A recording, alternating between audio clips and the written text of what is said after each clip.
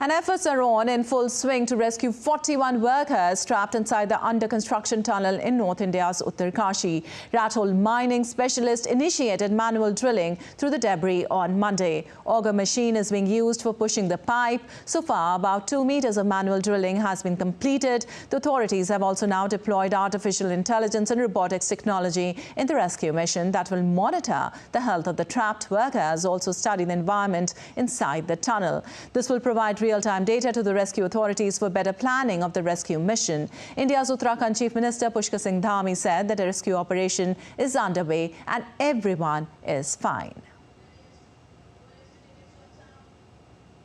सारे इंजीनियर, सारे विशेषज्ञ, सभी लोग अपने पूरे शिद्दत के साथ पूरे जितना जोर है सारा लगा रखा है और अभी 52 मीटर अभी अंदर चला गया है पाइप। हम उम्मीद कर रहे हैं कि जिस प्रकार से काम चल रहा है बहुत जल्दी ब्रेक थ्रू हो जाएगा और पाइप आर पार होते ही उन सबको निकालने की जो प्रक्रिया है उस प्रक्रिया को शुरू किया जाएगा। सभी लोग ठीक हैं और सब पूरी ऊर्जा के साथ और सभी एक सकारात्मक रूप से सभी के अंदर, मैंने सभी से भेंट की है, सभी को देखा है अंदर जितने भी लोग काम कर रहे हैं, सभी ने इस प्रकार की संभावना व्यक्त करी है। Well, micro-tunneling expert Chris Cooper said things are looking very positive. It's gone very well last night. They've just crossed 50 meters. There's about, let's say it's about 5 or 6 meters to go. They're just putting another pipe in, so we're expecting some good results later today. So we haven't had any obstacles last night, and it's looking very positive sometime today. And for more on this, we have a correspondent, OP Yadav, with us. Well, OP, what is the update as no stone is being left unturned, as vertical, horizontal, perpendicular, manually, all types of drilling is happening on full scale? जी, उत्तरकाशी के Silkyara tunnel में बीते 12 नवंबर से सुरंग में मलबा ढहने से फंसे मजदूरों के लिए आपदा राहत और प्रबंधन कार्य युद्ध स्तर पर लगातार जारी है। आज अगर ताज़ा अपडेट की बात करें तो यहाँ कल तक manually drilling, perpendicular drilling, horizontal drilling और वर्टिकल ड्रिलिंग सभी मोड पे लगातार काम हो रहा था और मोर्चे पे काम की रिजल्ट भी अच्छा आ रहे थे। वर्टिकल ड्रिलिंग में तकरीबन 40 मीटर तक सुरंग पहाड़ के ऊपर से खोदी जा चुकी थी। उसके बाद मैनुअली जो ड्रिलिंग का काम दिया गया नीचे सिलक्यारा साइड में, उसमें बहुत तेज़ी से जोर पकड़ा और तकरीबन अभी 52 मीटर तक इसको पाइप को पहुंचा दिया गया है। इसके बाद अब तकरीबन 7 से 8 मीटर का रास्ता बचा है, हो सकता है 10 मीटर भी बचे, लेकिन बहुत ज़्यादा दूरी नहीं है। इधर मैनुअली ड्रिलिंग जो कर रहे हैं उसकी आवाज़ दूसरी साइड में मजदूरों तक आभास भी पहुँच रहा है, उनको पता लग रहा है कि हम बहुत नज़दीक पहुँच चुके हैं।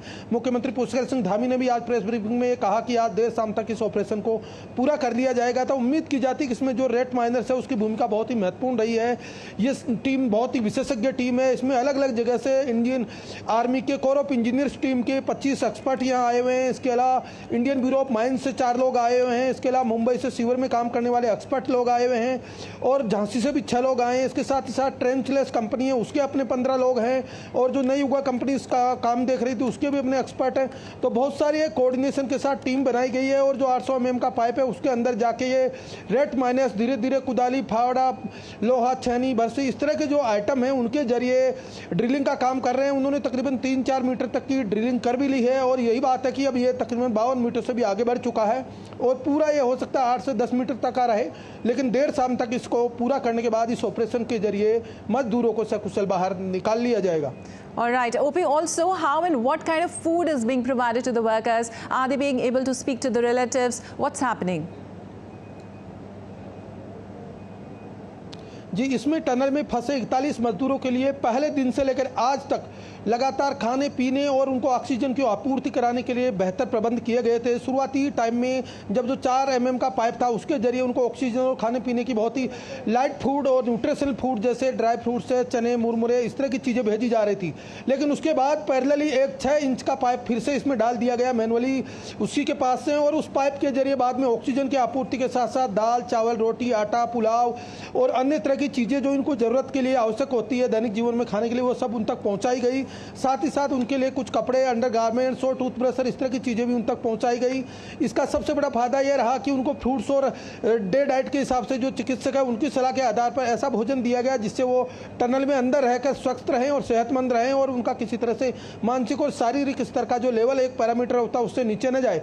तो निश्चित तौर पर बीते 17 दिन आज ये हैं, तो इन 16 दिन के अंदर इनको खाने पीने की ना कोई कमी रही है, बल्कि उनको एक व्यवस्थित भोजन की डाइट मिलने के साथ साथ उनकी जो आवश्यक ज़रूरतें हैं उनको भी यहाँ पूरा करने का बेहतर प्रबंधन किया गया है। All right, 17th day today, OP. Can you explain us as to how the rescue will happen? Where will they be taken after the rescue?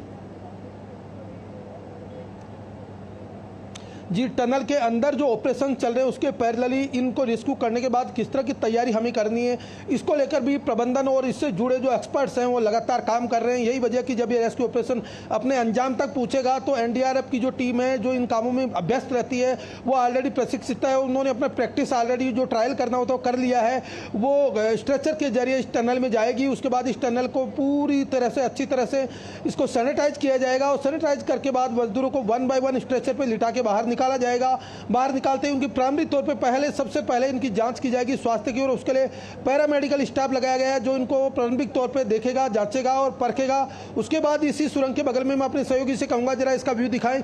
एक छोटा सा हॉस्पिटल इधर बनाया गया है जहां पर तकरीबन 10 से 15 बेड लगे हुए हैं और इन्हीं बेड के ऊपर लाकर इनको एक बार फिर से चीफ मेडिकल ऑफिसर स्तर के चिकित्सा अधिकारी इनकी जाँच करेंगे और जाँच के बाद इन सबको 45 मोबाइल एम्बुलेंस यहाँ खड़ी है ऑलरेडी, उनमें बैठाकर लिटाकर और जिस तरह की स्थिति बनेगी उसी तरह इनको आगे जो जिला चिकित्सालय है, उप चिकित्सालय, उसमें ले जाकर इनका प्रारंभिक जांच किया जाएगा। ये जिला उप चिकित्सालय उत्तरकाशी जिले में बनाया गया है। वहां पर इनको फिर एक अच्छे तरीके से बेहतर ट्रीटमेंट देने के लिए जांच करने के बाद जब इनको लगेगा कि भाई ये बहुत ही स्वस्थ हैं और इनको किसी तरह का विकार नहीं है, मानसिक और शारीरिक रूप से इनका जो लेवल है वो अप टू डेट है, तो उसके बाद इनको यहाँ से जॉली ग्रांट एयरपोर्ट ले जाकर डिस्ट्रिक्ट के एम्स में ले जाया जाएगा और वहाँ पर पूरी तरह से इनको स्वस्थ होने के बाद इनके जो परिजन हैं उनको सौंप दिया जाएगा ताकि वो अपने घर घर पहुँचे। All right, OP, thank you so much for joining us from there and giving us that update.